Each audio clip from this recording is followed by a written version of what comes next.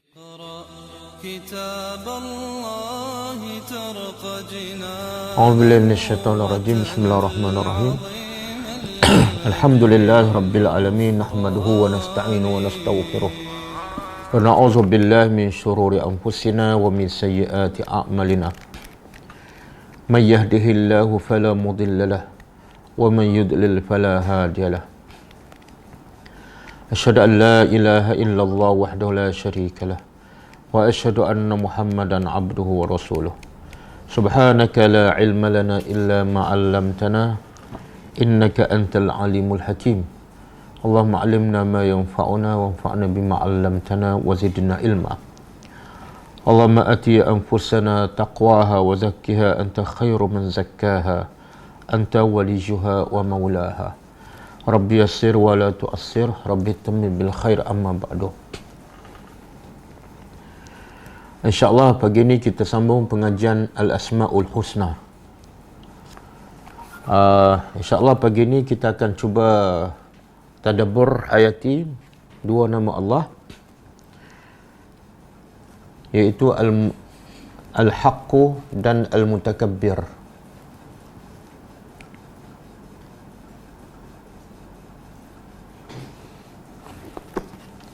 Al-Haqqu dan Al-Mutakabbir.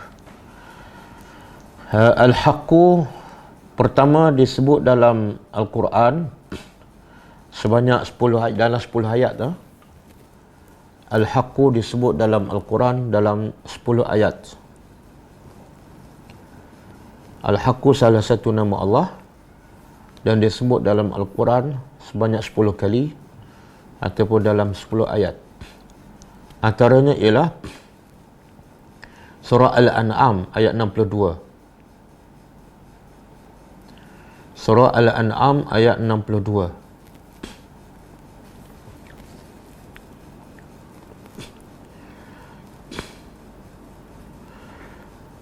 A'udzubillahi minasyaitonir rajim. Thumma ruddu ila Allahi maulahumul haqq. Ala lahul hukmu wa huwa asra'ul hasibin. Maksud dia, thumma ruddu, kemudian kembalikanlah mereka itu ilallah, kepada Allah. Bila ni? Pada hari kiamat nanti. Kembalilah mereka semua orang-orang musyrikin ilallah, kepada Allah. Siapa Allah? Maulahum,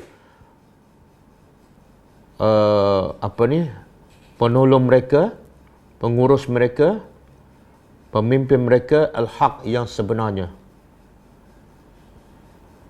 Jadi al-haq adalah salah satu nama Allah. Kemudian Allah kata, ala lahul hukmu wa huwa asra'ul hasibin. Bukankah hanya bagi Allah sahaja hukuman, hak, iaitu hak untuk membuat apa-apa hukum, hak untuk menghalal dan mengharamkan, hak untuk menentukan nasib ataupun takdir seseorang. Bukankah lahu, hanya miliknya, wa huwa asra'ul hasibin, dan dia adalah yang paling cepat, yang paling pantas di kalangan mereka yang menghisap. Okey, itu satu. Yang kedua, dalam surah Yunus ayat 32. Surah Yunus ayat 32. A'udzubillahi minasyaitonirrajim. Surah Yunus ayat 32.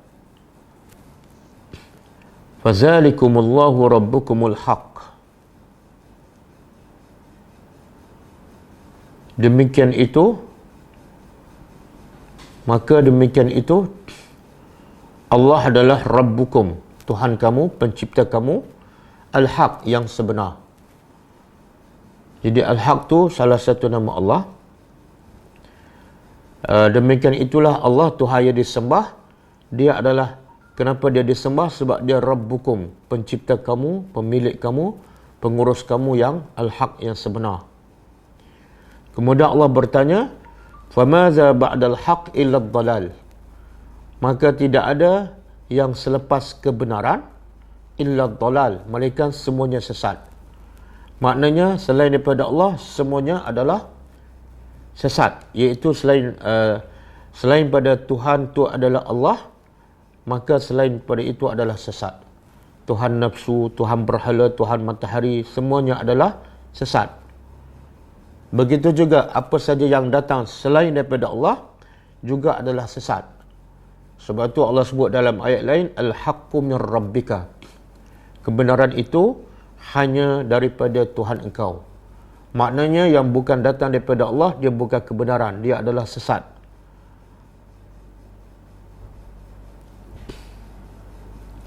Ya, boleh buka lampu. Silau. Kena buka belakang.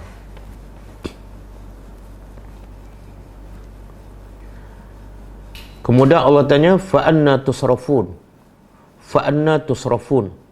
Maka bagaimana kamu boleh dipalingkan daripada kebenaran? Sebab kebenaran itu hanya satu sahaja, selain daripada itu sesat. Tiba-tiba ramai manusia, ramai makhluk Allah termasuk jin yang tertipu dengan kesesatan. Jadi Allah bertanya, fa'anna tusrafun. Bagaimana kamu boleh disesatkan? Sedangkan kebenaran itu hanya satu dan cukup jelas. Surah Yunus ayat 32. Jadi perkataan Al-Haq itu adalah salah satu nama Allah. Begitu juga dalam surah Taha 114. Surah Taha 114.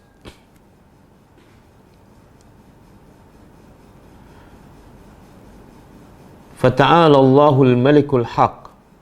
Maka Ta'ala maha tinggi Allah, maha suci Allah, Al-Malik, Raja, Al-Haq, yang maha benar. Al-Malik, Raja, dan Raja ni, bila Allah sebut Raja, Allah sebut satu lagi perkataan Al-Haq. Sebab ada ramai yang mendakwa Raja seperti manusia, tetapi Raja yang didakwa oleh manusia bukan Al-Haq. Dia adalah Ad-Dalal, yang sesat. Jadi Allah nak beritahu, Allah ni adalah Raja Al-Haq, yang benar. Begitu juga dalam surah An-Nur. Surah An-Nur ayat 25. Yauma izin, Allah berfirman, Yauma izin yuwaffihimullah. Pada hari itu Allah menyempurnakan dinahum, agama mereka, Al-Haq, yang benar. Jadi dalam surah An-Nur, Al-Haq yang pertama bukan nama Allah. Itu adalah sifat agama Allah. Pada hari itu Allah akan menyempurnakan balasan kepada setiap amalan manusia yang sebenarnya. Kemudian wa ya'lamuna, dan mereka akan mengetahui annallah, sesungguhnya Allah adalah huwal haqqul mubin. Itu nama Allah. Haq dalam surah An-Nur ayat 25 ada dua kan. Yang Al-Haq pertama itu bukan nama Allah. Itu adalah sifat agama. Adapun Al-Haq yang kedua itulah sifat Allah. Huwal haqqul mubin. Dan dalam surah Luqman ayat 31. Dalam surah Luqman ayat 31. Firman Allah Ta'ala, Zalika bi'annallaha huwal haqqu. Yang demikian itu, bahawa sesungguhnya Allah adalah huwal haq, yang benar. Huwal haq, yang benar. Itu nama Allah. Jadi Allah adalah Tuhan yang disembah, itu adalah Al-Haq, dia saja yang benar. Dan wa annama yad'una min dunihi, dan sesungguhnya apa yang mereka sembah selain daripada Allah, al-batil. Jadi dalam ayat 31 surah Luqman juga Allah nak bagi tahu Al-Haq nama dia, dan juga Al-Haq makna dia ialah lawan dengan al-batil. Kalau Al-Haq benar, maka al-batil adalah palsu.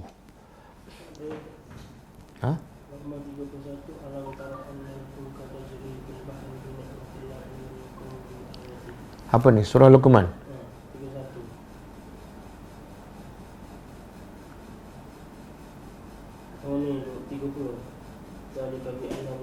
Ayat 30. 31.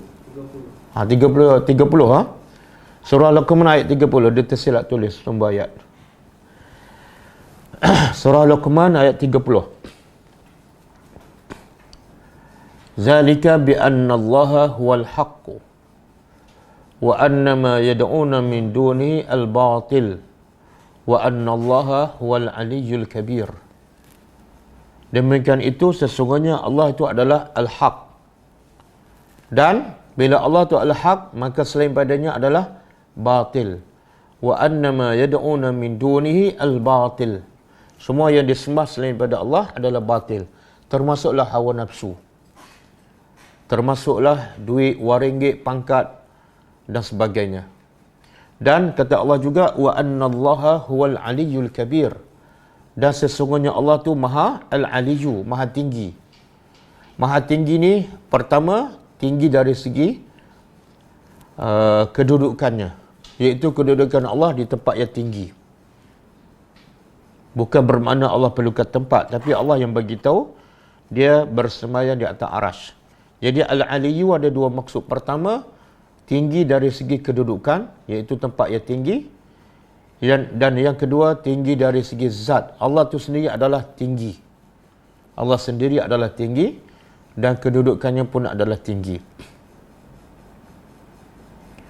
Contohnya, kalau sultan, kedudukannya, pangkatnya yang paling tinggi, kemudian tempat tinggal dia pun di tempat yang tinggi. Contohnya di puncak gunung, puncak bukit. Okey, itu antara ayat yang disebut nama Allah Al-Haq. Semuanya 10 tapi kita tak sebut semua. Kita sebut 5 sahaja. Okey. Dan ada tak nama Allah Al-Haq disebut dalam hadis? Ada. Ada dalam satu hadis sahaja, iaitu dalam satu doa yang Rasulullah SAW baca ketika nak iftitah solat malam. Bila Nabi bangun malam dan Nabi nak solat, Nabi buka solatnya selepas takbir, Nabi buka dengan doa iftitah yang di dalamnya ada nama Allah Al-Haq. Hadis ni, doa ni panjang. Saya baca sebahagiannya. Jadi Nabi kita SAW bila bangun malam, bila nak solat malam, Nabi baca doa iftitah khusus untuk waktu malam, iaitu Allahumma lakal hamdu. Ya Allah, bagi engkau segala pujian. Hanya bagi engkau segala pujian. Maksudnya, makhluk tidak layak dipuji. Makhluk tidak layak dipuji sebab hebat macam mana sekalipun makhluk, cerdik macam mana sekalipun, kaya macam mana sekalipun, sebenarnya yang menjadikannya kaya ialah Allah. Yang menjadikannya cerdik ialah Allah. Jadi yang sepatut dipuji ialah Allah. Lakal hamdu.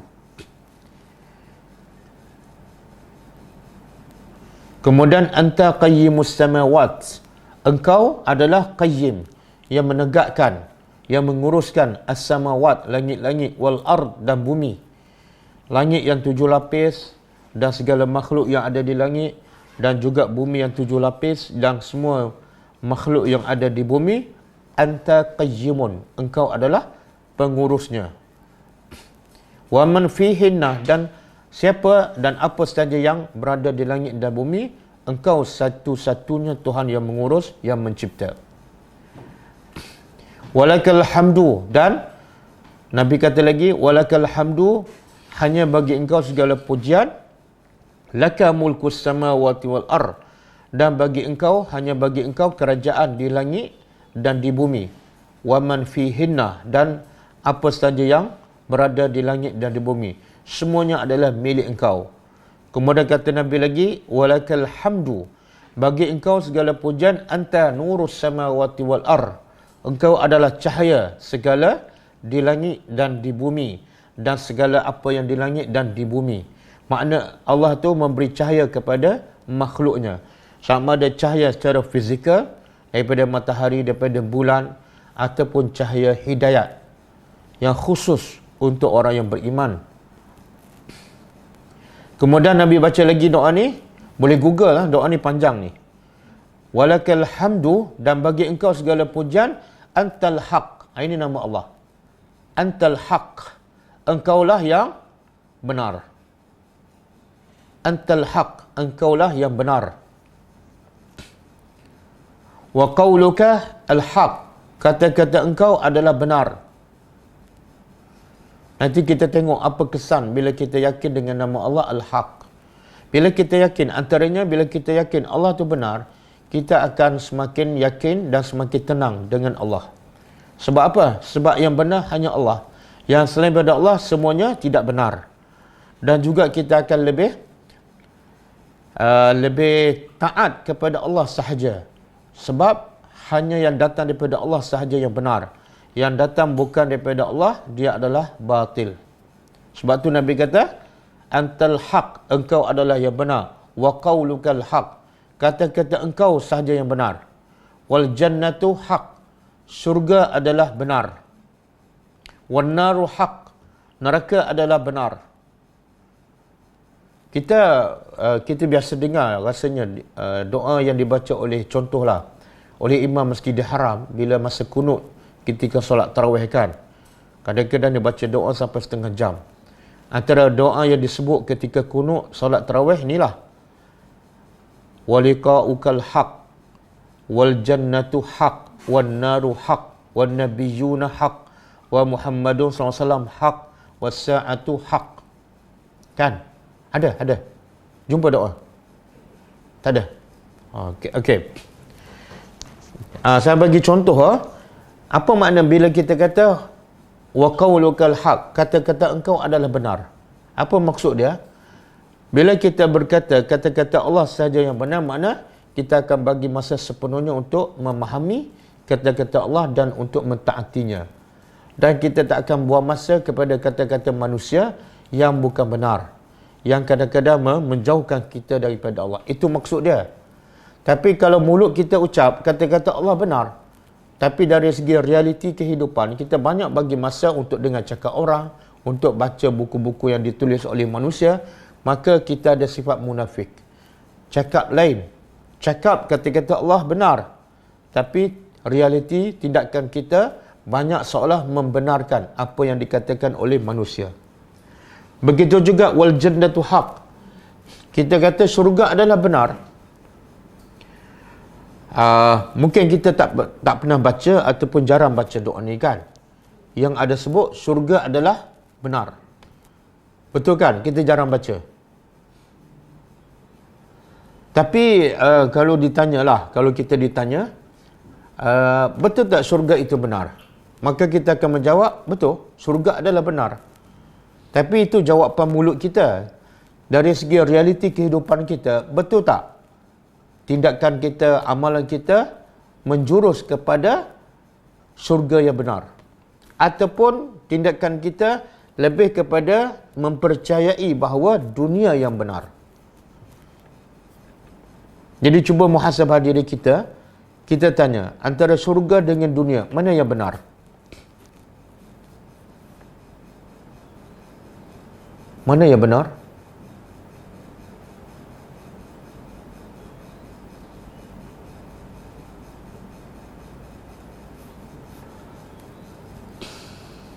Kalau ada buku hidup bersyariat, Allah jarham Ustaz Ismail Komus, saya nasihatkan tak ada buat Al-Quran.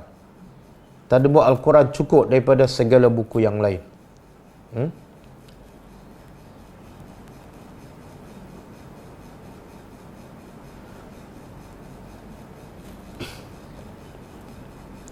Kalau kita muhasabah diri kita kan, yang belajar agama yang tadabbur kan, dari segi realiti kehidupan kita,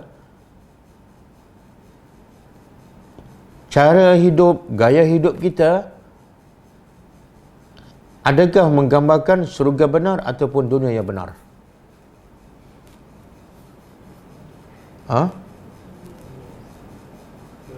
Dunia kan? Sebab apa? Kita banyak habiskan masa untuk cari dunia. Kemudian bila dapat dunia, habiskan lagi masa untuk tambah dunia. Kemudian habiskan masa lagi untuk seronok dengan dunia kan. Lebih banyak masa kita ke situ. Berbeza dengan Nabi dan para sahabat. Nabi dan para sahabat bukan setakat mereka ucap surga itu adalah benar, tapi mereka hidup pagi, petang, siang, malam, di mana saja mereka berada, semuanya kerana syurga yang benar. Kalau mereka cakap pun untuk mendapat syurga, kalau mereka beramal pun untuk dapat syurga, kalau mereka bekerja untuk cari rezeki pun untuk mendapat syurga. Sebab tu bila Allah kata tinggal kota Mekah, hijrah. Tinggal semua urusan dunia kamu kat Mekah. Mereka tinggal. Kenapa? Sebab dalam hati mereka, syurga sahaja yang benar. Dunia adalah batil dan dunia adalah untuk sebagai ujian dan sementara sahaja. Okey. Wan-naru haq. Kadang-kadang kita sebut an-nar adalah benar. Tapi betul tak neraka tu benar-benar yang menakutkan kita sehingga kita tak buat dosa. Dan bila kita buat dosa, kita terus bertaubat. Adakah macam tu? Ataupun kita hidup dalam dosa, kadang-kadang dosa kecil pun dah selalu berlaku, kita tak rasa berdosa. Jadi kalau itulah gaya hidup kita, maka an-naru haq, neraka tu adalah benar, belum masuk ke dalam hati kita. Ni buku yang kita akan baca ni, dosa-dosa yang dianggap biasa kan. Bersalam antara lelaki dengan perempuan kan. Kadang-kadang dengan sepupu, kadang-kadang dengan abai ipar kan. Itu dosa tu. Tapi kadang-kadang kita dah rasa bukan dosa dah. Sebab apa? Sebab dah lama buat dan tak ada siapa yang tegur. Jadi bila kita buat dosa dan tak rasa dosa, seolah kita mengatakan neraka tu tidak benar. Okey, wan nabiyuna haq. Para nabi adalah benar. Betul ke? Kalau betul para nabi itu benar, maka belajarlah sirah nabi, belajarlah sunnah nabi dan amalkan semua sunnah nabi. Bila tahu, terus beramal. Kalaulah betul dakwaan kita, nabi adalah benar. Tapi kadang-kadang kita banyak belajar daripada amalan orang, amalan manusia. Bila dengar je, terus kita buat. Seolah yang manusia cakap tu adalah benar. Yang Nabi cakap tu 50-50. Bukan makna kita tak percaya. Tapi cara kita terima sunnah Nabi tu macam ia tidak benar. Banyak kita dah tahu, tapi kita belum amalkan. Tapi amalan masyarakat yang kita tahu, yang kita dengar, kita buat, kita pegang betul-betul. Seolah yang tu benar, yang daripada Nabi ni tak berapa benar. Okey. Habis Jadi hadis yang disebut nama Allah Al-Haq ada satu hadis saja, iaitu dalam doa yang Nabi baca ketika doa iftitah dalam solat tahajud. Doa ni panjang, boleh Google nanti. Okey, apa makna Al-Haq? Yang kedua, poin yang kedua di sini ialah apa makna Al-Haq. Al-Haq dari segi bahasa naqidul batil. Al-Haq lawan dia ialah al-batil. Supaya nampak senang, mudah difahami, kita ambil perkataan yang lawan kepada hak. Contoh kita nak faham apa makna putih, makna dia ialah lawan hitam. Bila kita tengok hitam, kita tahulah beza antara putih dengan hitam. Apa makna sejuk? Lawan dia panas. Jadi bila kita tahu panas, kita tahulah yang lawan dia tu adalah sejuk. Okey, jadi al-haq naqidul batil, lawan kepada batil. Dan jamak al-haq ni satu, kalau mufrad dia hukukun. Hukukun. Hak-hak. Hukukun. Okey, makna hak kalau lawan dia batil, tapi makna sebenar al-haq apa dia? Iaitu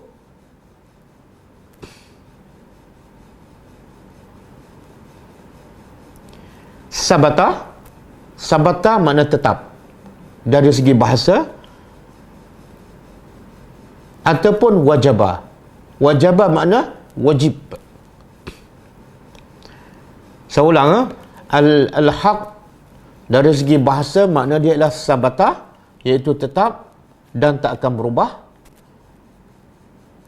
ataupun makna dia wajaba.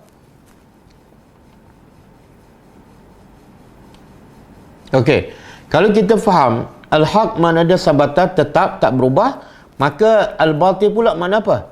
Batil ialah sesuatu yang berubah, dia tak tetap. Sebab tu dipanggil batil. Saya bagi contoh kan. Allah ni tetap satu. Mungkin tak satu masa nanti Allah bertukar menjadi dua ataupun tiga. Tak kan? Bila tetap dengan satu keadaan, itu dipanggil al-haq. Tapi Tuhan selain daripada Allah, hak ke batil? Batil. Kenapa? Berubah. Kadang-kadang Tuhan ni, kadang-kadang Tuhan lain, kadang-kadang sembah nafsu, kadang-kadang sembah pokok kan. Dia sentiasa berubah. Bila berubah, maka dia bukan al-haq. undang-undang Allah. Kalau berzina kena rejam kan? Kalau dah kahwin, rejam sampai mati. Kalau belum kahwin, sebab serata rotan kan? Hak ke batil? Hak. Sebab apa? Dia tak akan berubah. Tapi undang-undang manusia, hak ke batil? Batil. Sebab apa? Sentiasa berubah.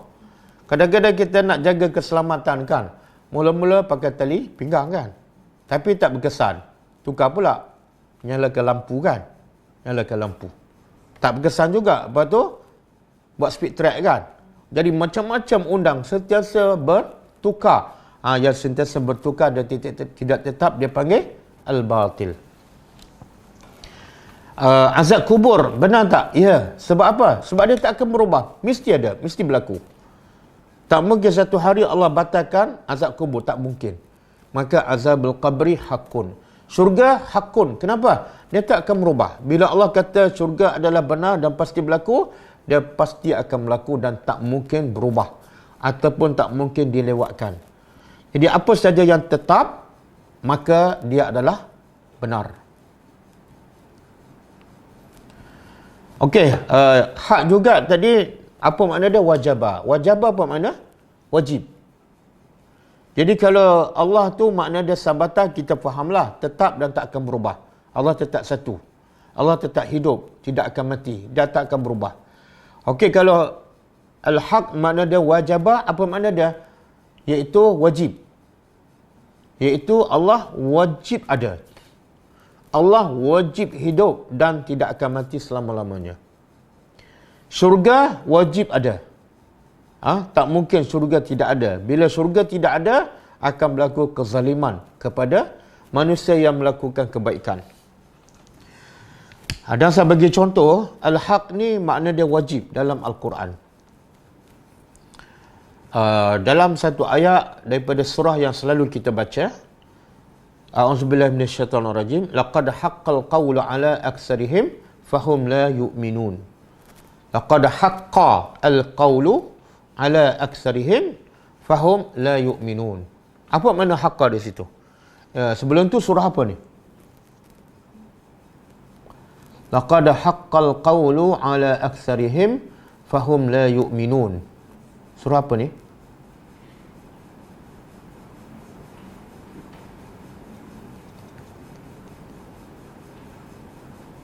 Pelajar.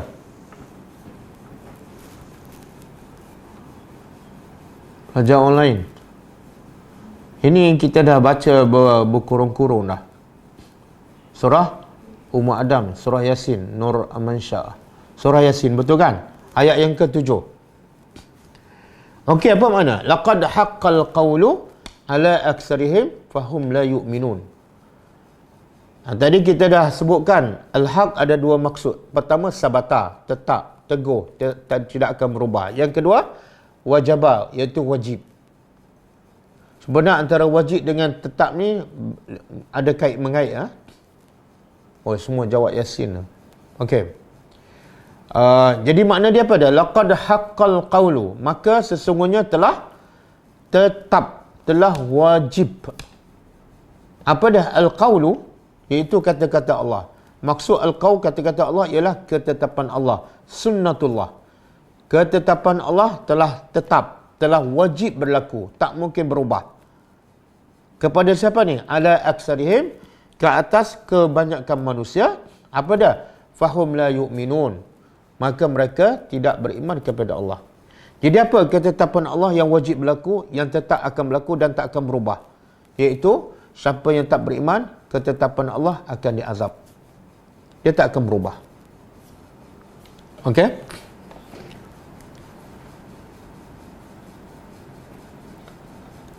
Okey, itu al-haq dari segi bahasa. Makna dia sabatah ataupun wajabah. Dan juga makna dia naqidul batil, lawan kepada batil, kepalsuan. Sekarang makna al-haq dari segi hak Tuhan ataupun dari segi istilah. Mana kalau Allah tu bersifat al-haq, apa makna dia? Apa maksud dia?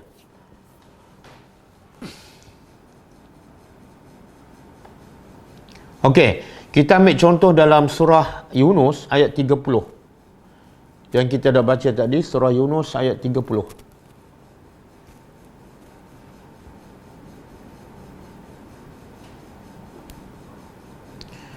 Allah kata apa? Auzubillahi minasyaitanir rajim. Wa ruddu ila Allahi maulahumul haq. Wa ruddu ila Allahi maulahumul haq. Jumpa surah Yunus ayat 30.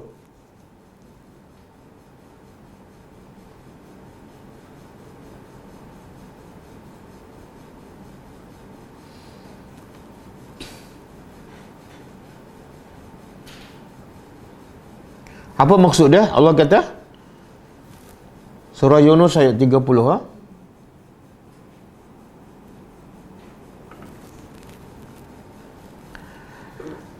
Wardu ilallah, dan kembalikan mereka semua, iaitu orang-orang musyrikin, kata Ibnu Jarir At-Tabari rahimahullah dalam mentafsirkan ayat ini. Maksud ayat ini ialah raja'a haula'il musyrikuna yawma idzin ilallah allazi huwa rabbuhum wa malikuhum al-haqqu la syakka fihi duna ma kanu yaz'umuna annahum lahum arbabun minal alihati wal andad. Maksud dia, kata Ibnu Jarir, iaitu orang-orang musyrikin pada hari akhirat besok semua kembali kepada Allah. Siapa Allah? Maulahum, iaitu Rabbuhum, pencipta mereka, wa malikuhum, dan pemilik mereka, al-haq, yang sebenar. Apa pula makna hak? Iaitu la syakka fihi, tidak ragu-ragu lagi. Hak, Tuhan yang sebenar, Tuhan yang tidak ada sedikit pun keraguan, dan bukan, kata Ibnu Jarir lagi, duna ma kanu yaz'umuna annahum lahum arbabun minal alihati wal andad, tanpa mereka tak kembali lagi kepada siapa? Tuhan-Tuhan yang mereka sangka dan mereka sembah dahulu. Makna hanya kepada Allah sahaja mereka kembali. Itu makna al-haq. Bukan kepada Tuhan-Tuhan yang mereka sembah masa di dunia dahulu. Bahkan dalam ayat Al-An'am 24 Allah kata wa dhalla anhum ma kanu yaftarun. Wa dhalla anhum ma kanu yaftarun. Telah sesatlah, telah sia-sialah daripada orang-orang musyrikin apa yang dulu mereka reka, apa yang dulu mereka sembah selain daripada Allah. Mana semuanya sia-sia, semuanya tidak ada faedah. Kenapa? Sebab dia bukan al-haq, dia adalah al-batil. Okey.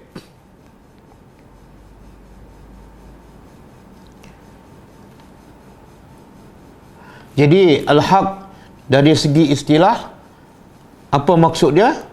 Iaitu yang tidak ada keraguan padanya, dan yang selain daripadanya adalah batil. Yang selain daripada Allah adalah sia-sia. Kemudian kata Al-Khattabi,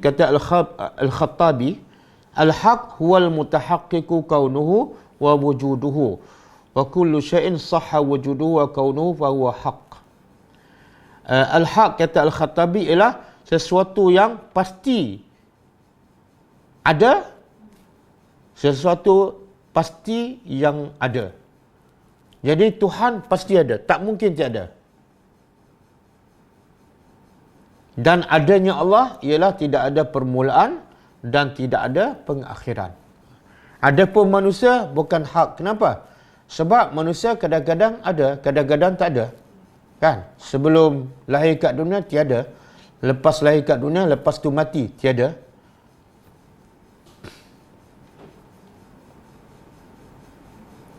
Contoh Allah, penulis buku ni bagi contoh dalam surah Al-Haqqah. Boleh buka surah Al-Haqqah ayat 1 dan 2.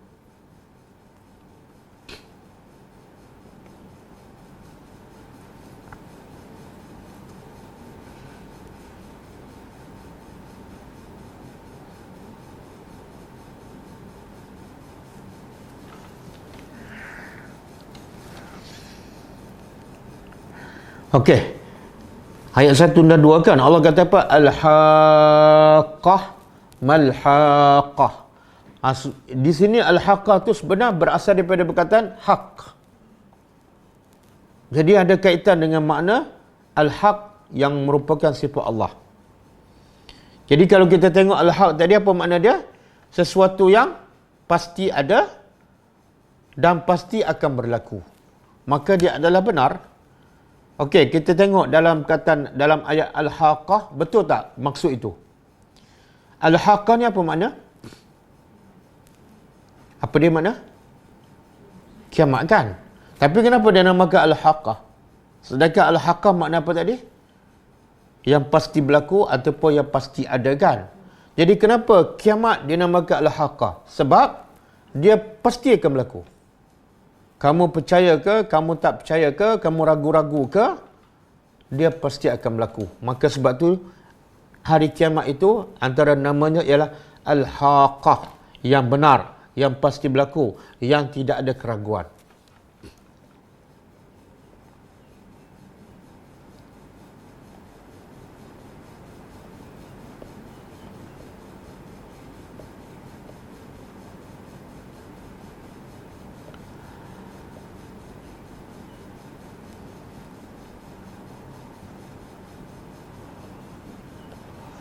Okey.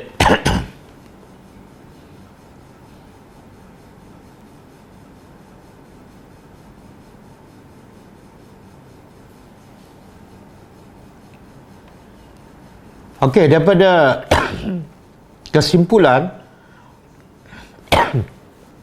makna al-haq yang kita bincang, sama ada dari segi bahasa ataupun dari segi istilah, kita dapat simpulkan apa sebenarnya makna al-haq yang merupakan salah satu nama Allah ataupun sifat Allah. Apa makna sebenarnya? Kita simpulkan iaitu pertama, annahu, kata penulis buku ni, annahu subhanahu lahul wujud al-haq, iaitu kewujudan Allah. Ini makna pertama al-haq, iaitu kewujudan Allah al-haq adalah benar. Siapa yang tak percaya, dia adalah kafir. Bukan setakat tak percaya, kalau dia ragu-ragu, ada ke tak ada, dia bukan kafir, dia bukan kufur, dia bukan ingkar, tapi dia ragu-ragu, pun kafir. Sebab apa? Sebab al-haq makna dia mesti ada. Dan daripada sini juga, selain daripada al-haq, semuanya adalah akan binasa, akan fana.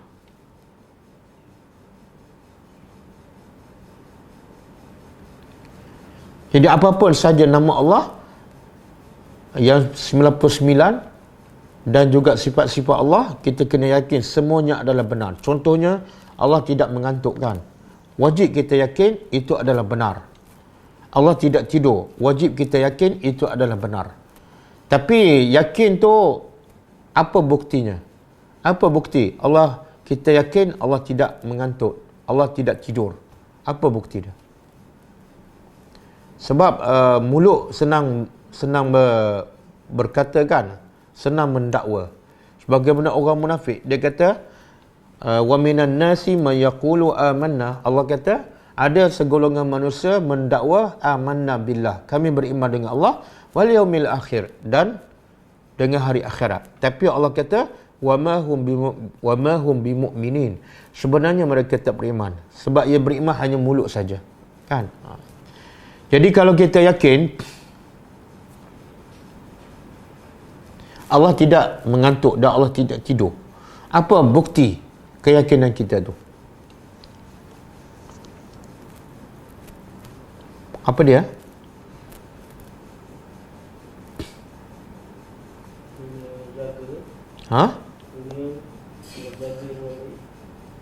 Dia, ialah kita yakin tu, bila kita yakin mesti ada kesan kan?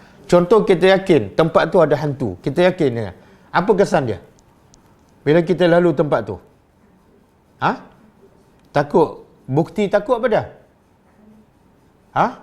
Kita elakkan lalu tempat tu. Ataupun kalau terpaksa lalu, kita akan laju kan? Kan? Kita tak akan berjalan slow. Betul tak? Maknanya kalau kita yakin, mesti ada kesan. Okey. Kalau kita yakin Allah tu tak mengantuk, Allah tu tak tidur, apa kesan dia? Apa bukti dia? Takut buat maksiat. Nak buat maksiat je, terus teringat Allah ni benar. Allah melihat, dan melihat Allah adalah benar. Allah mencatat apa saja perbuatan kita dan itu adalah benar. Jadi kesannya menjadikan kita orang yang bertakwa. Boleh?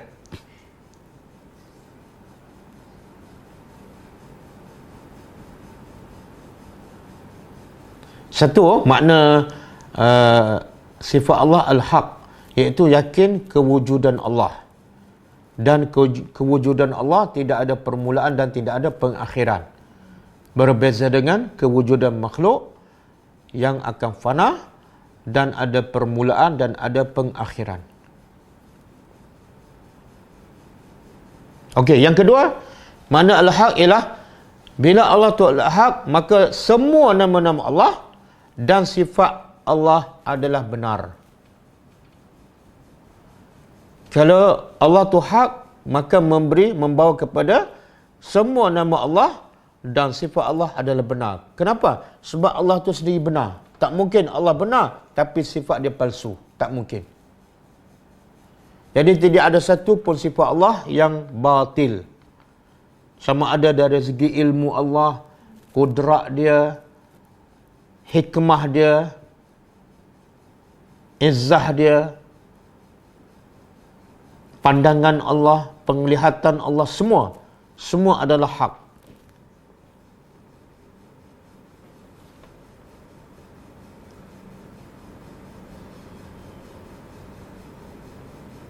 Boleh? Yang ketiga, bila kita yakin Allah tu adalah hak, maka kita membawa kepada kita yakin Allah adalah betul-betul hak dari segi rububiyah dan uluhiyahnya.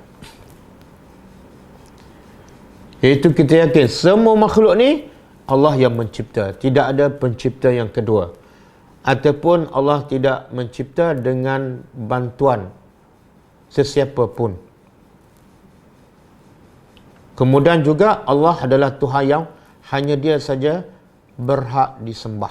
Uluhiyah kan? Tengok. Bermula pada sifat Allah yang benar, membawa kepada apa? Kita semakin yakin semua yang ada, semua makhluk Allah saja yang mencipta. Yang kedua, membawa kepada apa? Kita hanya sembah Allah sahaja. Sebab Dia sahaja pencipta. Dia satu-satunya pencipta yang benar.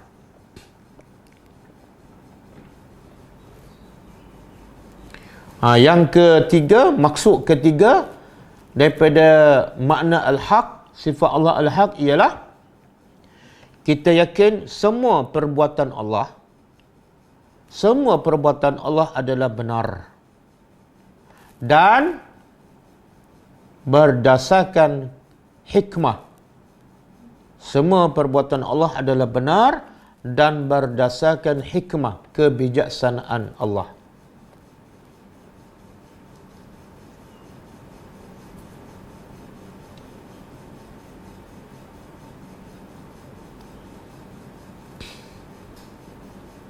Okey, apa dia perbuatan Allah? Makna Allah Al-Haq membawa kepada kita yakin semua perbuatan Allah benar dan mesti ada hikmahnya. Okey, contoh, apa dia perbuatan Allah? Allah turunkan hujan. Benar tak Allah yang menurunkan hujan? Benar. Yang kedua, benar tak Allah menurunkan hujan berdasarkan hikmah, bukan sembrono? Kan? Bila kita yakin perbuatan Allah menurunkan hujan benar dan berdasarkan hikmah, apa sepatut berlaku dalam perasaan kita?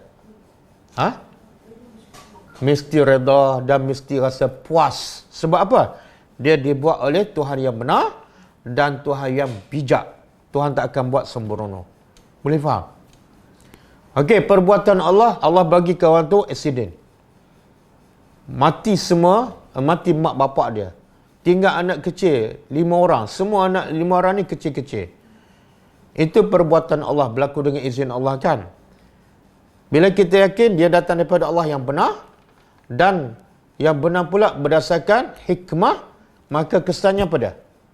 Kita akan rasa mesti ini adalah yang terbaik. Sebab ada orang kata, macam mana ni? Kenapa Allah cabut nyawa mak bapak dia yang masih muda, anak pun masih kecil? Siapa nak belah anak dia kan? Siapa nak belah anak dia? Masih kecil ni. Itu macam kita tak yakin Allah tu benar dan perbuatan Allah berdasarkan hikmah. Macam kita tak yakin.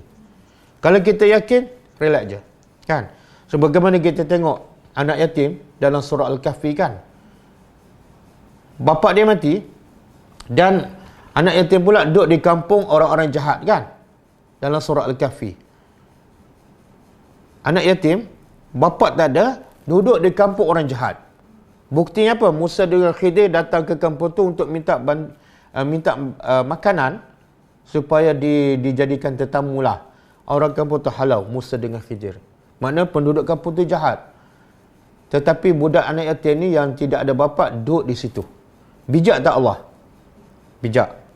Tengok Allah hantar siapa? Musa dan Khidir untuk selamatkan harta anak yatim.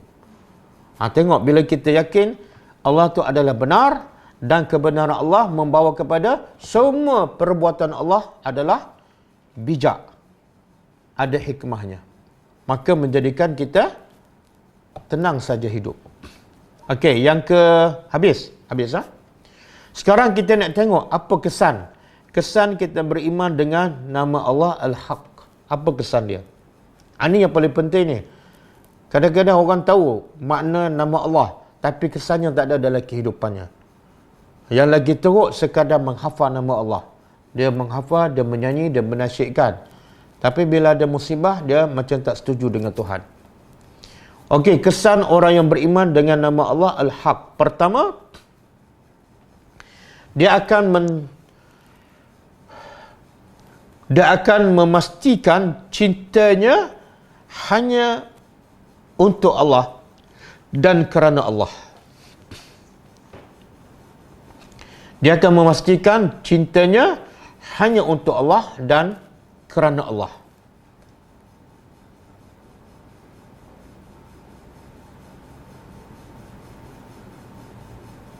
Kenapa? Dia tak akan cinta yang lain melainkan kerana Allah. Kenapa? Sebab dia yakin Allah sahaja yang Al-Haq. Allah sahaja yang benar. Makna selain pada tu batil, selain pada tu akan binasa. Jadi kenapa dia nak cinta benda yang batil? Kenapa dia nak cinta benda yang akan binasa? Keyakinannya menjadikan dia hanya cinta pada Allah dan kerana Allah. Okey, Ustaz, macam mana kita tak boleh ke cinta mak bapak kita? Boleh. Cinta mak bapak kerana Allah. Sebab itulah ada surah Mujadilah kan, ayat terakhir yang kita belajar kan. Allah kata apa? La tajidu qauman yu'minuna billahi wal yawmil akhir yawaduna man hadallaha wa rasulah. Kamu tak akan jumpa wahai Muhammad orang yang beriman dengan Allah dan Rasul, tapi dalam masa yang sama dia sayang kepada orang yang memerangi Allah. Walaupun orang itu adalah mak bapak, kamu tak akan jumpa. Dia beriman, tapi bapak dia menentang Allah. Maka orang yang beriman ni akan menentang bapak dia. Sebab apa? Sebab bapak dia menentang Allah. Ini cinta kerana Allah. Tapi kalau bapak dia orang beriman, dia kena cinta bapaknya, tapi kerana Allah. Kalau bapak dia tak beriman, dia kena benci bapak dia kerana Allah. Boleh? Jadi kesan pertama menjadikan orang itu cinta hanya kerana Allah. Dan kalau cinta apa-apa saja, anak ke, isteri ke, harta ke, cinta kerana Allah.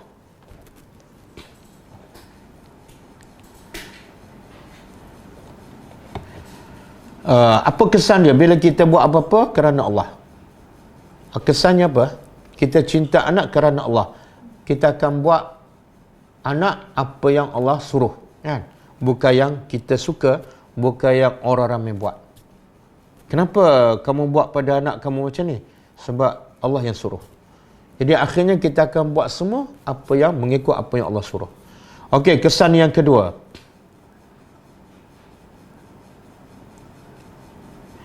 Kesan yang kedua, beriman dengan nama Allah Al-Haq ialah seseorang itu akan rasa bahagia, akan rasa gembira bila mendapat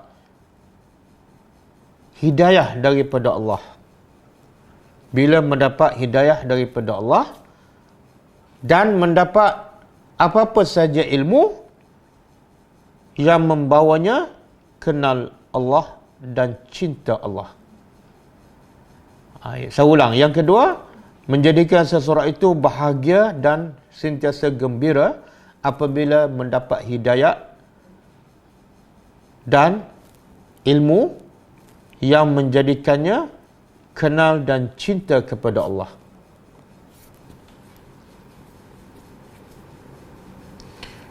Boleh faham kan? Kita belajar ilmu yang palsu dengan ilmu yang sesat kan. Yang mana kita bahagia?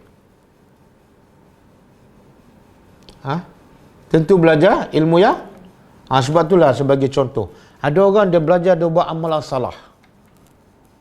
20 tahun, 30 tahun kan. Tiba-tiba dia beritahu sebenarnya yang kamu buat tu salah, yang betul ni. Dalilnya sekian-sekian. Bila dia dapat tu rasa sangat bahagia kan. Dia ucap terima kasih banyak-banyak kepada orang yang tunjukkan jalan tu. Itu bukti apa tu? Bila kita dapat ilmu daripada Tuhan dan Tuhan tu adalah benar, dia akan menjadikan orang tu bahagia, gembira. Yang ketiga,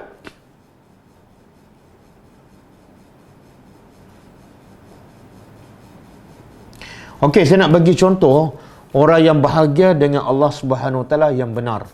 Boleh buka surah 29 ayat Az-Zumar.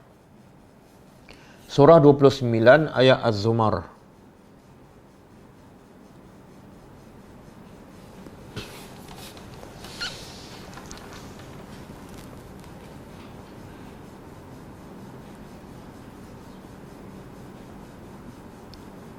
Surah Az-Zumar ayat 29. Cuba tengok maksud dia.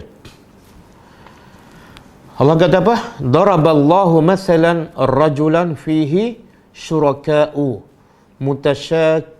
mutasyakisuna wa rajulan salaman li rajulin hal yastawiyani masala alhamdulillah bal aktsaruhum la ya'lamun. Jumpa.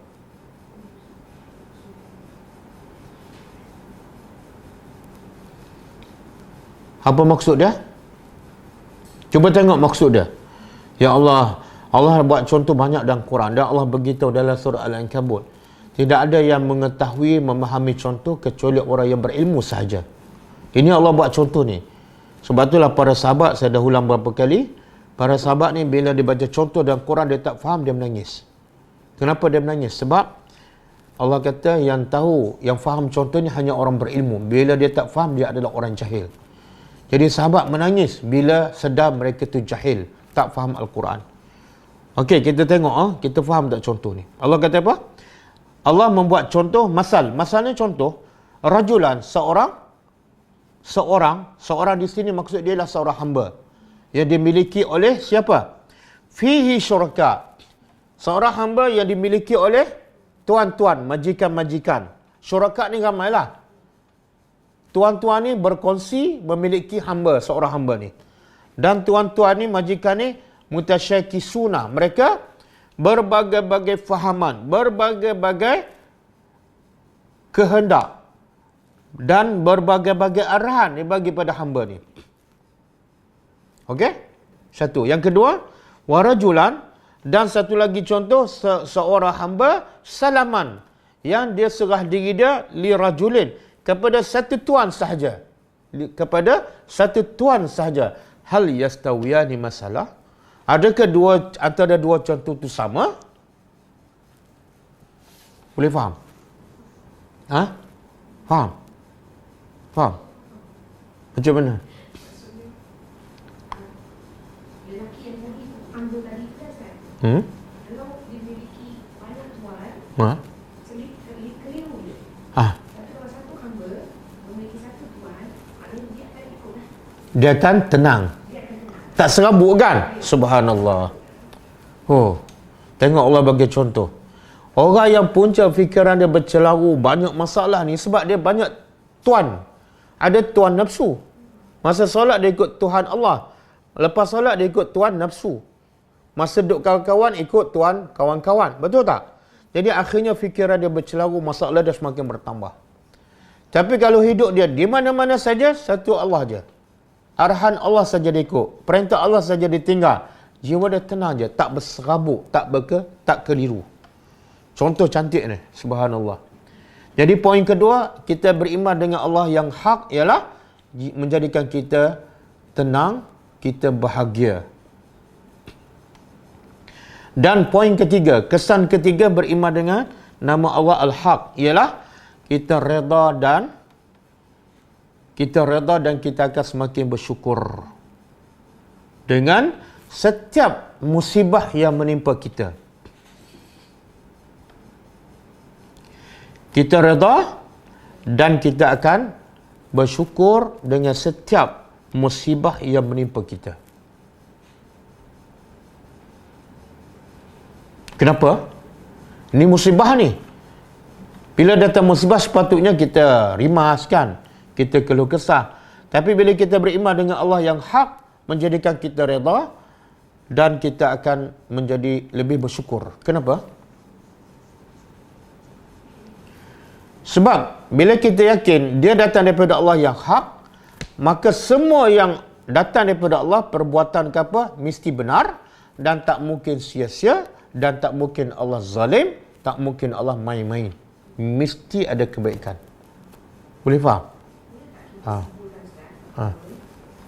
yakin Allah tu yang wajib kita ibadahi ya. Jadi setiap perbuatan tu pasti ada hikmah. Walaupun berupa musibah ataupun kegembiraan. Yelah, perasaan yakin tu, perasaan yakin dan redha tu datang daripada mana? Antara puncanya ialah kita yakin Allah tu benar. Bila Allah tu benar, perbuatan dia pun benar. Musibah yang menimpa kita, perbuatan daripada Allah, mesti benar. Apa makna benar? Tak mungkin sia-sia, tak mungkin main-main, tak mungkin ada unsur kezaliman, tak mungkin nak mendera. Sebab bukan kerja Tuhan yang benar, main-main. Bukan kerja Tuhan yang benar, buat kerja sia-sia, tak ada faedah. Mesti ada faedah, mesti ada kebaikan. Sebab itulah kita tengok banyak sejarah para Nabi, salafus salih, orang yang beriman, bila mereka diuji, mereka tenang. Sebab apa? Mereka tahu, ini datang daripada Tuhan yang benar. Dan Tuhan tak akan zalim. Bahkan Tuhan sentiasa bersifat Ar-Rahmanur Rahim. Yang keempat, kesan keempat beriman dengan Tuhan Al-Haq ialah kita akan menyerah diri kita 100% kepada semua hukum Allah Subhanahu wa taala.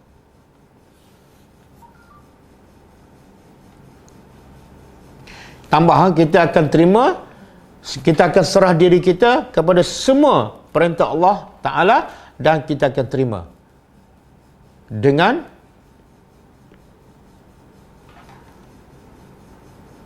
sebenarnya. Jadi dua, kita serah, kadang-kadang orang serah diri tapi hati tak terima. Ini serah diri semua kepada peraturan Allah. Dari segi hukum syarak ke, solat, puasa, haji tu tak aurat, kita terima.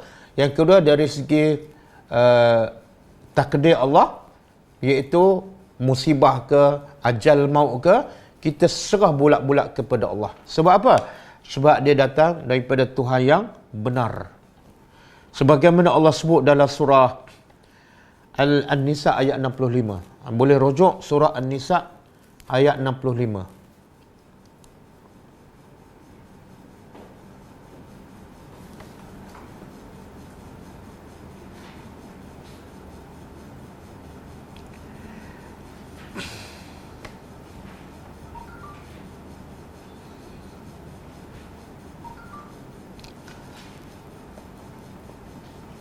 Allah kata apa?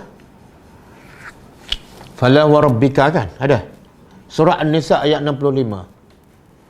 Surah An-Nisa ayat 65. Allah kata, Fala wa rabbika, demi Tuhan engkau, la yu'minuna, tidak beriman, mereka semua tidak beriman, hatta yuhakkimuka, sehingga mereka menjadikan engkau sebagai hakim, sebagai pemutus. Ada masalah, dia akan refer kepada engkau, wahai Muhammad. Dalam perkara apa ni? Fima syajara bainahum, dalam perkara yang mereka perselisihkan. Mereka tak rujuk, refer kepada guru ke, kepada ulama. Kalau refer pada ulama pun, ulama yang refer kepada Allah dan Rasul. Satu. Yang kedua, summa la yajidu fi anfusihim haraja, dalam hati mereka tidak ada rasa haraj. Apa makna haraj? Rasa tak puas. Mana dia redha. Kemudian wa yusallimu taslima. Yang ketiga, dia serah diri dia bulat-bulat kepada Allah. Macam orang macam mayat yang dimandikan. Mayat dimandikan, ikutlah orang nak mandi, nak buat apa, nak pusing, nak terbalik apa, dia serah je. Begitulah sepatut kita dengan hukum Allah dan juga dengan takdir Allah Subhanahu Wa Taala. Okey, yang keberapa tadi? Yang kelima kan? Bila kita yakin dengan Allah Al-Haq, kita akan sentiasa merendah diri kepada apa saja kebenaran. Sama ada datang daripada Allah ataupun daripada Rasul. Yang kelima iaitu kita akan sentiasa merendah diri dan sentiasa tunduk kepada apa saja yang datang daripada Allah dan daripada Rasulullah sallallahu alaihi wasallam. Kenapa kita sentiasa rendah diri? Dengar je Quran, kita rendah diri dan sami'na wa ata'na. Dengar je sunnah Nabi, kita terus sami'na wa ata'na. Kenapa? Sebab kita yakin itu adalah satu-satunya kebenaran. Kalau tak tunduk kepada kebenaran, kita akan ada masalah. Dan apa lawan rendah diri apa dia? Kalau kita tak merendah diri dan tak tunduk kepada Quran dan hadis, kita ada sifat sombong. Dan sifat sombong ni Allah mencelakan. Allah mencela, Nabi pun mencela, sehingga Nabi kata tidak akan masuk syurga sesiapa yang ada sebesar zarah sifat sombong. Kemudian sahabat tanya, kami pakai baju baru, kami pakai selipar baru, kasut baru, adakah itu sombong? Nabi kata itu bukan sombong. Habis apa makna sombong? Apa makna sombong? Dengar. Nabi kata al-kibru batarul haqq wa ghamtun nas. Al-kibru ataupun sombong ada dua. Salah satu daripada dua ataupun dua sekali. Pertama, batarul haqq, tolak kebenaran. Dengar Quran tak masuk, itu sombong. Kenapa? Sebab dia tak rasa yang Quran tu al-haq. Yang Allah yang bawa Quran tu adalah hak. Yang Nabi sampaikan Al-Quran adalah hak. Jadi bila tak rasa macam tu, dia tolak. Bila tolak, sombong. Termasuklah bila dia cerita sunnah Nabi kan. Cerita sunnah Nabi, tak apalah, itu sombong. Sebab apa? Sebab dia tak yakin yang datang daripada Nabi adalah al-haq. Yang datang daripada orang ramai, mungkin hak, mungkin palsu. Kan? Mungkin ikut hawa nafsu. Jadi bila tak yakin yang datang daripada Allah dan Nabi adalah hak, dia akan jadi sombong. Sombong. Yang kedua, sombong bermakna ghamtun nas, merendahkan manusia. Merendahkan manusia, menghina manusia, memperlekehkan. Kadang-kadang memperlekehkan boleh berlaku pada orang alim, dan memperlekehkan orang jahil, maka dia ada sifat sombong. Kadang-kadang berlaku pada orang kaya, iaitu dia memperlekehkan orang miskin. Kadang-kadang berlaku pada orang sihat, dia memperlekehkan orang sakit. Kadang-kadang berlaku pada orang yang sempurna anggota badan. Bila tengok orang OKU, kan dia hina. Ini jenis-jenis sombong yang menjadi penghalang manusia daripada masuk syurga Allah Subhanahu Wa Taala. Dan semua tu puncanya ialah tidak ada tawaduk. Punca tidak ada tawaduk sebab tak yakin Allah adalah al-haq. Yang datang daripada Allah al-haq. Yang datang daripada Rasulullah al-haq. Yang datang daripada manusia bukan al-haq. Sekarang banyak tak manusia yang sombong dengan Quran, sombong dengan hadis, tapi rendah diri dengan adab manusia. Betul tak? Bunyi adab je dia akan buat. Kalau tak buat dia rasa bersalah. Ini jenis-jenis manusia yang jahil. Okey. Yang keberapa?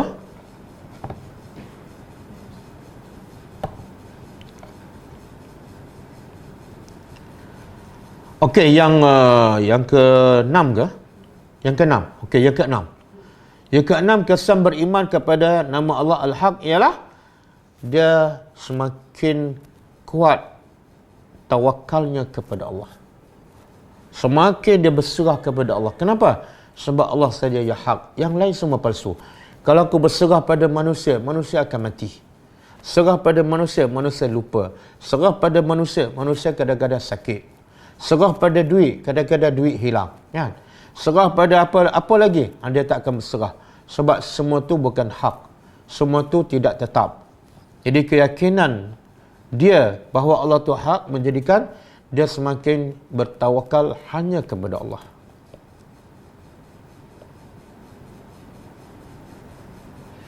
Okey, cukup lah. Berapa semua? 6. 6. Okey, cukup. Jadi kita tak sempat ambil satu lagi, sifat Allah Al-Mutakabbir. Kita sambung kelas akan datang insya-Allah.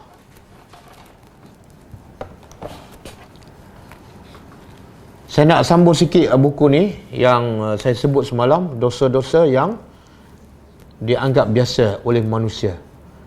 Jadi ramai orang yang belajar agama, dia tak perasan dia buat dosa. Kadang-kadang dia buka aurat, pergi kelas tak pakai stocking kan. Kadang-kadang dia tak perasan. Sebab apa? Dia terbiasa dah lama dah macam tu. Ustaz pun tak tegur kan. Kadang-kadang hari raya dia belajar agama, tapi abang ipar dia datang bersalam kan. Kadang-kadang pak cik belah belah suami dia bersalam, dia itu. Jadi akhirnya dia tak rasa bersalah kan. Okey. Semalam kita sambung, kita masuk bab dosa pertama iaitu syirik kepada Allah. Yang antara syirik kepada Allah yang kita dah baca semalam ialah menyembah kuburan ataupun bertawassul dengan orang yang dah mati. Lepas tu ada hadis Umar Ibn Khattab bila kemarau, dia jumpa siapa? Pakcik Nabi Al-Abbas bin Abdul Muttalib. Dia kata, dulu masa Nabi ada, kami bertawassul dengan Nabi Muhammad SAW. Tapi sekarang Nabi dah wafat, maka kami bertawassul dengan Al-Abbas, pakcik Nabi. Menunjukkan tidak boleh bertawassul dengan orang yang dah mati. Okey.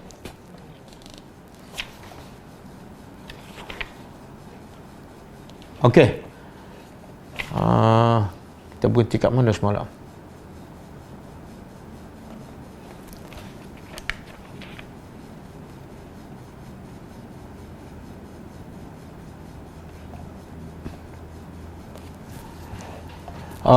Okey, kita sambung. Dalam bab lagi, masih dalam bab menyembah kuburan. Sebahagian mereka, kata penulis, sebahagian mereka iaitu yang duk tawassul dengan ahli kubur ataupun orang yang dah mati, sebahagian mereka membiasakan dan membudayakan bahawa menyebut nama syekh ataupun wali tertentu, baik dalam keadaan berdiri ataupun duduk ketika melakukan sesuatu kesalahan dalam setiap situasi sulit, ketika ditimpa petaka, musibah ataupun kesukaran hidup. Di antaranya ada yang menyuruh, wahai Muhammad. Dia kata, ya Muhammad. Sebenarnya tak boleh sebut ya Muhammad. Sebab apa?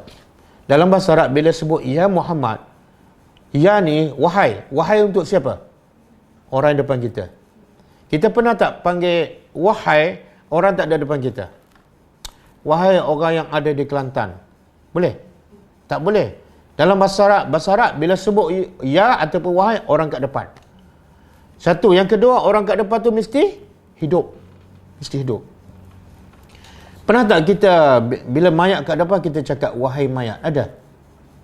Kalau kita cakap, kita pun mayat jugalah. Sebab bila sebut wahai ni, satu yang berakal yang masih hidup. Yang berakal yang masih hidup. Okey. Jadi dikata wahai Muhammad. Ada juga menyebut wahai Ali, wahai si fulan, wahai Jalani, wahai Syazali, wahai Rifa'i. Itu semua adalah perkataan ataupun amalan yang membawa kepada syirik. Antara dalilnya ialah Allah sebut dalam surah Al-A'raf ayat 194. 194 surah Al-A'raf. A'udzubillahi minasyaitonir rajim. Innal ladzina tad'una min dunillahi ibadun amsalakum. Dengar apa Allah cakap. Sesungguhnya orang-orang yang kamu seru selain daripada Allah, itu adalah makhluk. Yang kamu seru selain daripada Allah, itu adalah makhluk, bukan Tuhan. Yang serupa juga dengan kamu, iaitu sama dengan kamu. Kalau kita seru yang hidup, tak ada masalah. Wahai anakku. Boleh je, cakap je. Macam Luqman cakap pada anaknya, ya bunayya la tusyrik billah. Nabi Nuh cakap pada anaknya yang masih hidup kan, ya bunayya irkam ma'ana. Wahai anakku. Tapi kalau dah mati, jangan. Apatah lagi dah dikebumikan sekian lama. Okey, sebahagian penyembah kuburan ada yang mengelilingi kubur tersebut. Ada yang jenis keliling kubur. Saya pernah pergi Mesir dulu. Kubur ulama, dia keliling, dia tawaf. Macam dia tawaf Kaabah. Itu adalah perbuatan syirik, yang membawa kepada syirik. Dan ada juga yang mencium setiap sudut kubur. Ada yang mencampak duit, lalu mengusapkannya ke bahagian tubuh. Dia sapu kubur, kemudian dia sapu kat badan dia. Mereka juga mencium pintu kubur dan melumuri wajahnya dengan tanah dan debu kuburan. Bahkan ada yang bersujud ketika melihatnya. Ada yang sujud dekat kubur, berdiri di depannya dengan penuh khusyuk, merendahkan dan menghina diri seraya mengajukan permintaan dan memohon hajat mereka. Ada yang meminta sembuh daripada sakit. Dia pergi kat kubur, dia kata, wahai si fulan, sembuhkan penyakit aku. Itu betul-betul syirik. Ada yang minta ahli kubur tu supaya bagi keturunan pada dia, bagi zuriat. Dah kahwin lama tak dapat anak, dia pergi ke kubur. Digampang, dimudahkan urusannya. Dan tak jarang juga di antara mereka menyuruh, ya Sayyidi, aku datang kepadamu dari negeri yang jauh, maka janganlah engkau kecewakan aku. Dia cakap, orang yang mati itu macam cakap dengan orang yang hidup. Itu salah. Kemudian Allah sebut dalam surah Al-Ahqaf.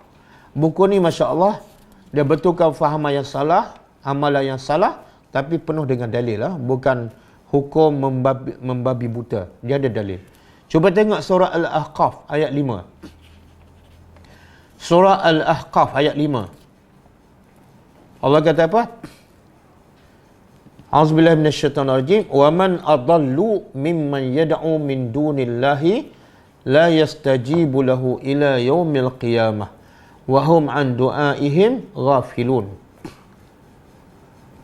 Dan siapakah yang lebih sesat daripada orang yang menyembah sembahan selain daripada Allah, yang tidak dapat memperkenankan doanya sampai hari kiamat, dan mereka lalai daripada memerhatikan doa mereka.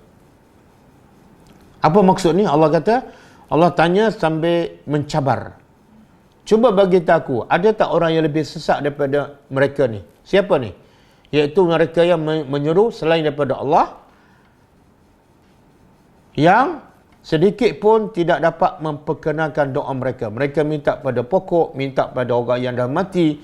Allah kata semua tu tak boleh memperkenalkan doanya sampai hari kiamat. Maka Allah kata siapa lagi lebih sesat daripada mereka ini? Dan mereka ini juga adalah orang yang lalai dalam doa mereka. Mereka tak faham apa yang mereka baca. Kalau mereka faham, mereka tak akan minta pada orang yang mati. Kemudian sabda Nabi SAW, kalau boleh buku, masing-masing beli buku ni dan ada buku ni masa baca, bagus. Boleh Google lah. Okey, Nabi bersabda, man mata wa huwa yad'u min dunillahi niddan dakhalan nar. Maksudnya, barang siapa yang mati dalam keadaan dia menyembah sembahan selain daripada Allah, nescaya akan masuk neraka. Tengok mungkin orang mendakwa, Ustaz, saya tak sembah, saya berdoa je. Sebenarnya doa itu adalah bentuk ibadat. Nabi kata apa? Ad-du'a huwal ibadah. Doa itu sebenarnya adalah ibadat. Jadi bila kamu doa kepada si mati, yang dah mati, makna kamu beribadat kepada si mati. Sama dengan kamu sembahnya. Sebahagian mereka mencukur rambutnya di perkuburan. Sebahagian lainnya membawa buku yang berjudul Manasik Hajjil Masyahid, tata cara ibadat haji di kuburan, keramat. Ini penulis ni orang Arab. Mungkin dia cerita juga apa yang berlaku di negara Arab. Yang mereka maksudkan dengan masyahid adalah kuburan para wali, iaitu cara ibadat haji di kuburan para wali. Sebahagian mereka mempercayai bahawa para wali itu mempunyai kewenangan mengatur. Makna ada setengah percaya wali itu ada kuasa untuk mengatur urusan kehidupan alam semesta, dan mereka bisa memberi mudarat ataupun manfaat. Sedangkan Allah sebut dalam surah Yunus ayat 107. Surah Yunus ayat 107. Allah kata apa?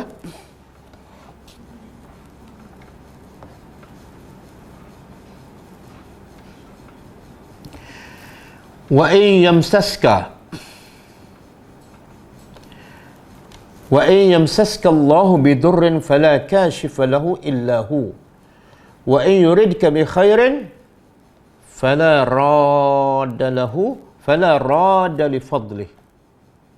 Apa maksud dia? Allah kata jika Allah menimpakan sesuatu kemudaratan, jika Allah menimpa sesuatu kemudaratan,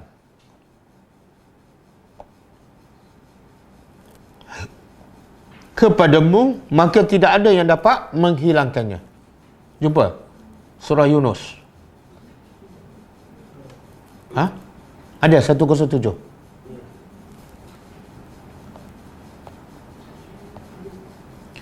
Surah Yunus 107.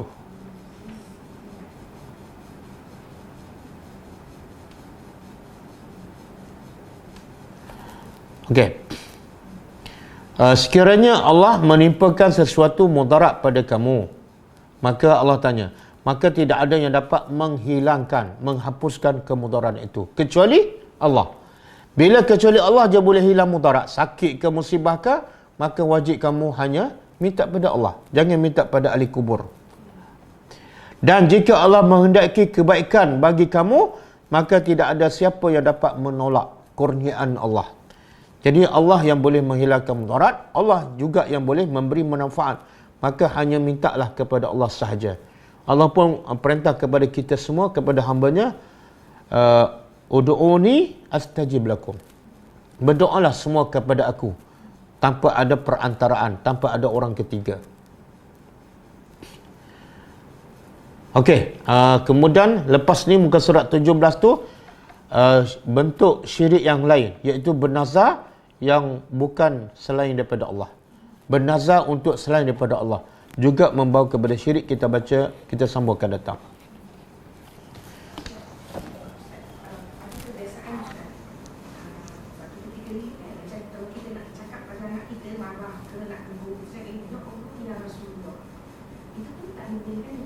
Tak boleh. Ya Allah boleh.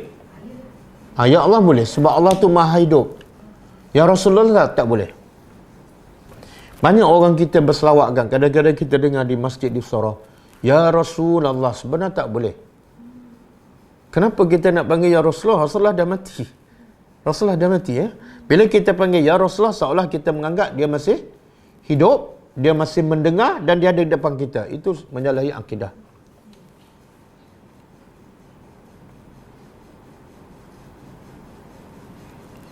Okey, ada soalan?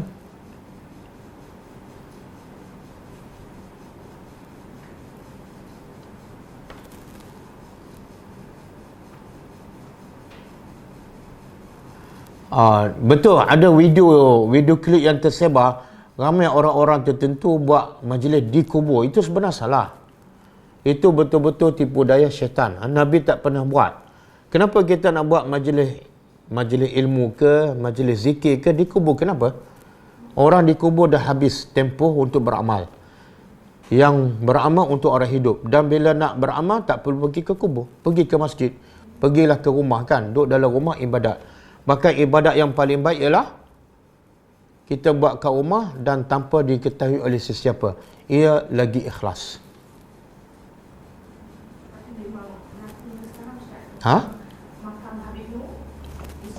Betul. Betul. Ni di Melaka ada Kuala apa? Di Melaka ada satu tempat tu. Di pulau yang di situ ada kubur. Ada orang pergi juga. Pulau Besar. Ada, masih ada sekarang. Sehingga sekarang pun ada. Orang Malaysia pergi ke kubur di Singapura, di Indonesia. Siapa tak faham? Bahkan Nabi sebut dalam satu hadis, la tashaddur rihal illa fi salas. Tidak boleh kamu musafir untuk beribadat kecuali 3 tempat je. Satu, Masjidil Haram. Yang kedua, Masjid Nabawi. Yang ketiga, jadi kalau kamu pergi ke Indonesia nak beribadat di kubur tu, boleh jadi syirik. Nabi kata tak boleh.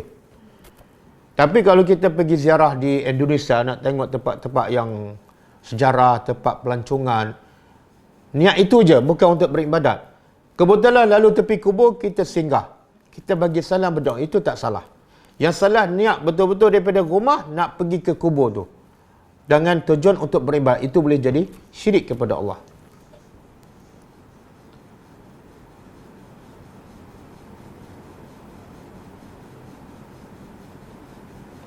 Buku dosa-dosa yang dilupakan, dosa-dosa yang dianggap biasa, ditulis oleh Syekh Muhammad Saleh Al-Munajjid. Tajuk buku dosa-dosa yang dianggap biasa, penulisnya Syekh Muhammad Saleh Al-Munajjid.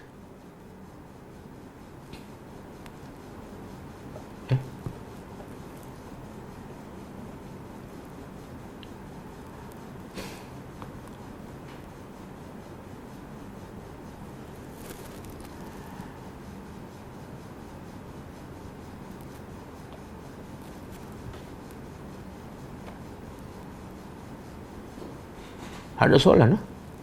Tak boleh buka. Bukan dosa-dosa besar. Bukan dosa-dosa besar. Buku dia dosa-dosa yang dianggap biasa. Bukan dosa besar. Shopee Mart. RM13. Ada yang dah jumpa kat Shopee Mart RM13, 50 sen. Bukan dosa-dosa besar. Kalau dosa-dosa besar tak jumpa buku tu. Dia sebenarnya dosa-dosa besar tu kebanyakan perasan. Yang banyak tak perasan ni dosa kecil.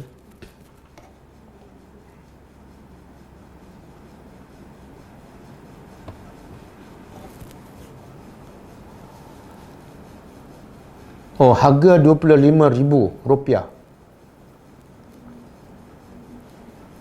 Anda tak boleh buka lah soalan. Kenapa? Dah tutup, buka balik tak boleh. Link kat tu balik.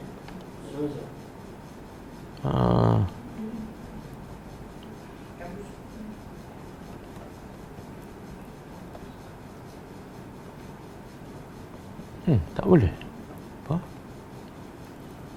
Boleh buka, tapi bila nak scroll soalan tak boleh. Dia kalau buka dia hilang ni ustaz tu. Ya ke? Oh. Boleh ke baca Al-Fatihah untuk ahli kubur ke ustaz bila lalu di kawasan kubur? Yang ikut sunnah Nabi ialah Nabi bila pergi ke kubur, Nabi hanya baca doa kepada ahli kubur. Doanya Assalamualaikum ya ahla diyar wa inna insyaallah bikum lahiqun yaghfirullahu lana wa lakum. Jadi orang mati ni sangat perlukan doa. Doa apa? Doa keampunan. Adapun baca surah Fatihah, pertama bukan sunnah Nabi, yang kedua dia tidak ada doa kepada si mati. Kalau kita niat nak sedekah baca Al-Fatihah, sedekah pahala baca Al-Fatihah kepada si mati, satu, dia bukan diamalkan oleh Nabi. Kalaulah dengan sedekah Fatihah boleh membantu si mati, orang pertama akan buat Nabi. Sebab surah Fatihah ni pertama turun pada Nabi. Dan Nabi lah orang yang paling mahir, yang paling pakar dalam Al-Quran. Kalau betul dia membantu si mati, orang pertama akan buat Nabi. Dan orang yang kedua akan ikut Abu Bakar dan para sahabat. Tapi mereka tak pernah buat, iaitu tak pernah membaca Fatihah kepada si mati, sama ada di kubur ataupun di tempat lain. Apa yang mereka buat? Baca doa je. Bahkan Nabi pesan kepada para sahabat setelah selesai pengkebumian seorang sahabat. Apa yang Nabi pesan? Nabi tak suruh baca Fatihah. Nabi kata, istaghfiru li akhikum. Mintalah ampun kepada Allah untuk saudara kamu. Semua kamu berdoa minta Allah ampunkan si mati ni. Kenapa? Nabi kata fa innahu al-an, minta Allah ampunkan dosa, wassabat, dan minta Allah teguhkan penderian si mati ni. Kenapa? Fa innahu al-an yus'al. Dia sekarang sedang disoal. Jadi yang Nabi pesan kepada sahabat setelah dikebumikan ialah minta ampun. Nabi tak suruh baca Fatihah. Kalau Fatihah tu adalah terbaik, Nabi orang pertama akan buat. Kadang-kadang cuba guna logik akal juga.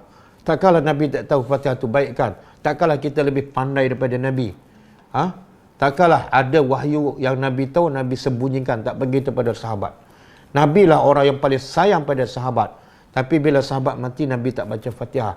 Nabi baca doa sebab Nabi cukup faham orang yang mati sangat-sangat memerlukan keampunan Allah. Wallahu alam.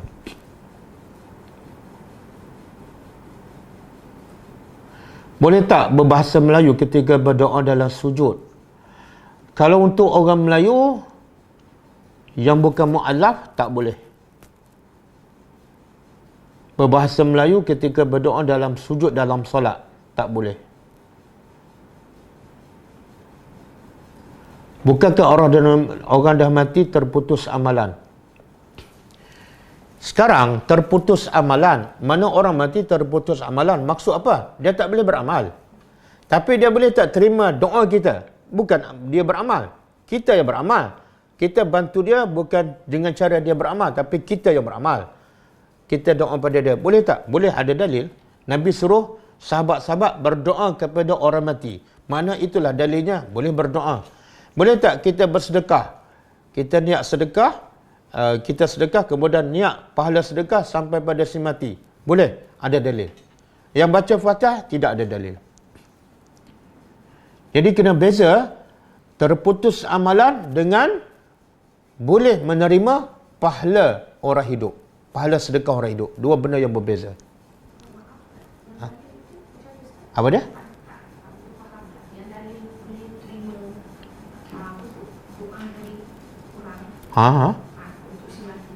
Dalil? Tadi saya dah sebut dah. Kan Nabi selepas Nabi kebumikan sahabat, Nabi pesan pada sahabat kan, istaghfiru li akhikum. Nabi suruh sahabat yang hidup tolong berdoa kepada si mati. Jadi bila Nabi suruh, makna doa tu sampai tak? Sampailah. Dan juga dalil daripada Quran surah Al-Hashr ayat 10. Rabbana ighfir lana wa li ikhwanina allazina sabaquna bil iman wala taj'al fi qulubina ghillan lil ladzina amanu rabbana innaka ra'ufur rahim. Surah Al-Hashr ayat 10. Itu dalil boleh kita berdoa kepada si mati dah sampai.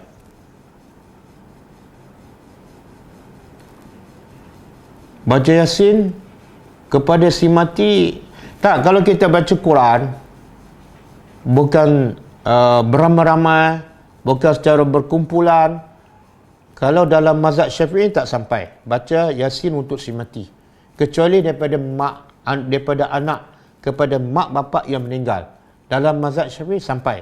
Tapi kalau kita baca Yasin ke baca Fatihah untuk selain pada mak bapak, tak sampai pahalanya. Yang saya sebut tadi yang sampai pada doa, sedekah kan.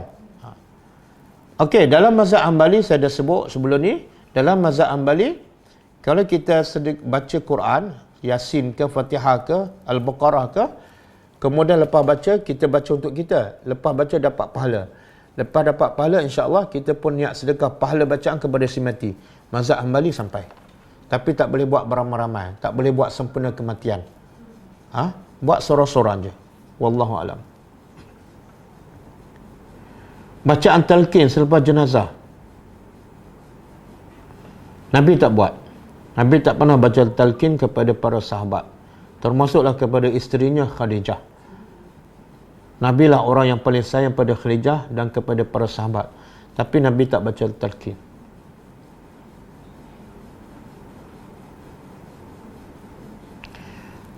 Macam mana nak berdoa dengan majmuk al-haq? Baca doa macam Nabi baca doa ketika doa iftitah salat malam. Antal haq. Antal haq. Qauluka al-haq. Wa'duka al-haq.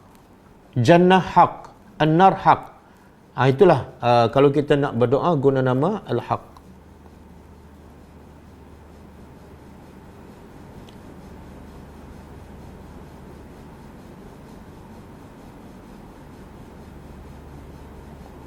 Ustaz, untuk orang yang sakit kritikal, sunnah amalan apa yang selain doa? Dia tak ada amalan, sebab selagi dia hidup, dia kena beramal. Bila dia tak boleh beramal, amal dia apa dia? Kalau dia sakit kritikal, dia masih sedar kan? Dia ada amalan. Mungkin masa tu dia tak boleh nak solat, tak boleh berzikir. Tapi dia ada amalan. Amalan apa tu? Sabar. Amalan apa? Redha. Kan? Bahkan amalan sabar tu, pahala dia lebih besar daripada baca Quran, daripada berzikir. Berapa ramai yang baca Quran, berapa ramai yang hafal Quran, tapi tak sabar. Jadi kita selalu bagi tazkirah, kalau dia masih sedar, waraslah. Bagi tazkirah, ingatkan dia ini ujian Allah. dan bagi tahu kelebihan kalau mati dalam keadaan dia redha kepada apa yang Allah takdirkan. Satu nikmat yang paling besar. Selain pada kita berdoa kepada dia.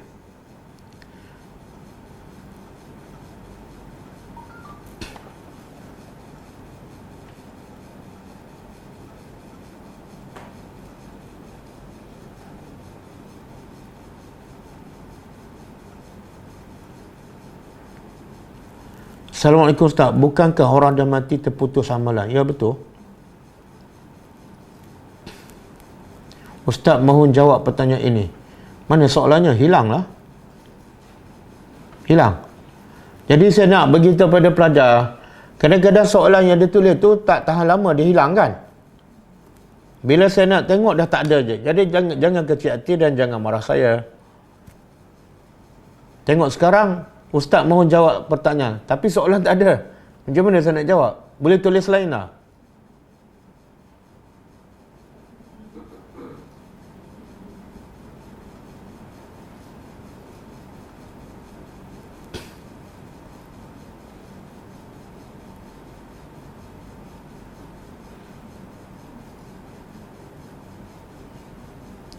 Kita buat tahlil dan khatam Quran buat arwah. How apa dia? Tahlil dan khatam untuk arwah, bukan sunnah Nabi.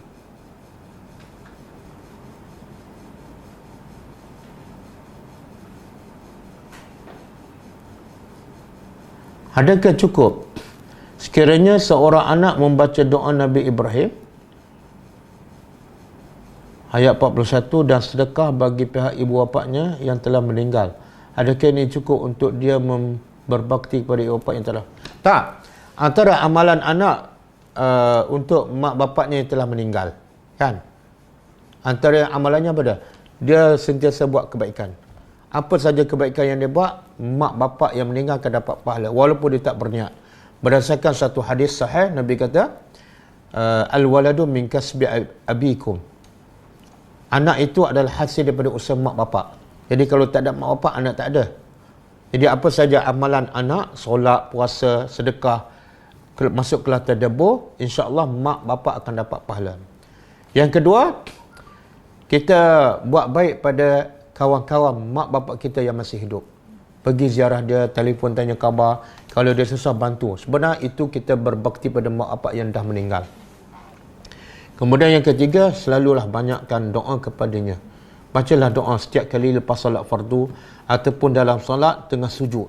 Ya Allah, luaskan kubur bapakku, cahayakan kubur ibu bapakku, jadilah lubang kubur bapak dan ibuku taman daripada taman syurga. Jangan jadikan lubang kubur mereka lubang daripada lubang neraka. Bacalah doa itu setiap hari. Sebab Nabi sebut dalam satu hadis, ada satu ketika kubur ibu bapa kita akan semakin luas, semakin selesa, semakin baik. Bila mak bapak kita tanya malaikat apa dah berlaku, malaikat akan jawab, dia kata ini sebab doa anak-anak kamu yang sedang berdoa sekarang. Jadi doa kita kepada mak bapak automatik masa tu juga sampai dan kesannya akan dirasai oleh mak bapak kita ketika itu.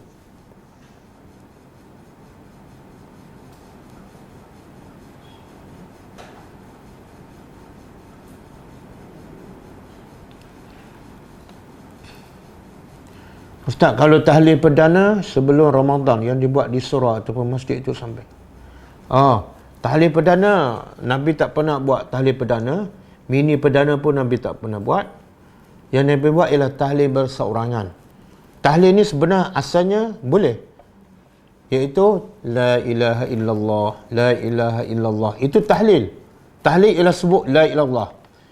Bila ni yang dibolehkan dan ada dalil, iaitu baca la ilaha illallah wahdahu la syarikalah lahul mulku wa lahul hamdu wa huwa ala kulli syai'in qadir. Berapa kali? 100 kali. Bila? Setiap pagi.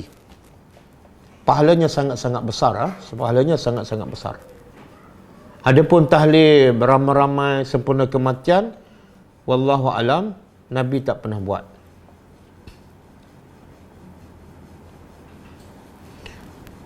Okey, cukup dulu.